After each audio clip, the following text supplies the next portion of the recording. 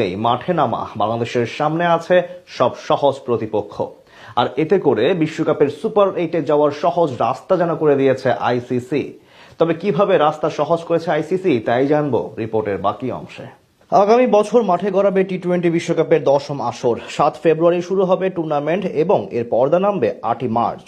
এবারে টি-20 বিশ্বকাপের আয়োজক হচ্ছে বিরাট কোহলিদের দেশ ও শ্রীলঙ্কা। এর মাঝেই ঘোষণা হয়ে গেছে সূচি। 20 দল নিয়ে মাঠে গড়াচ্ছে এবারে টুর্নামেন্ট। এর আগে মূল লড়াইয়ে কখনো দেখা যায়নি এত বেশি দল। সবশেষ 2024 সাল থেকেই চলছে 20 দল নিয়ে টুর্নামেন্ট। এবারের আসরে সবচেয়ে বড় চমক হয়ে এসেছে ফুটবল জায়ান্ট ইতালির সুযোগ পাওয়া, যারা কিনা আবার থাকছে বাংলাদেশেরই গ্রুপে। এটা অবশ্য বাংলাদেশের জন্য বড় প্রাপ্তি হবে, নাই বা কেন। ছোট দল একই সাথে থাকার মানেই তো সুপার এইটে যাওয়ার রাস্তা পরিষ্কার হওয়া। টি-20 বিশ্বকাপের লড়াই শুরু হচ্ছে গ্রুপ পর্ব থেকেই। 5টি করে দল নিয়ে থাকছে মোট 4টি গ্রুপ। সেখান থেকে সেরাদের বাছাই করে প্রতিটি গ্রুপ থেকে 2টি করে দল পাবে পরবর্তী রাউন্ডের টিকিট। তাতে করে মোট 8 দল এগিয়ে যাবে সুপার এইটে। সুপার 8 পর্বে আবার নতুন করে ভাগ। 2টি গ্রুপে 4টি করে দল নিয়ে খেলবে তারা। সেখান থেকে সেরা 2টি করে দল চলে যাবে সেমিফাইনালে। এরপর 8 মার্চ মাঠে গড়াবে বহুল কাঙ্ক্ষিত ফাইনাল। সেমিফাইনাল ও ফাইনাল দূরের পথ হলেও লিটন দাসের দল অনায়াসেই সুপার এইটে চোখ রাখতেই পারে।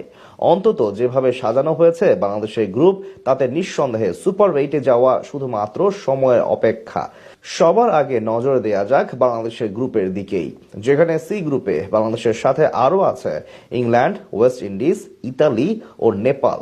এখান থেকে যারা সেরা 2-এ থাকবে তাদের জন্য সুপার এইটে টিকিট নিশ্চিত হয়ে যাবে।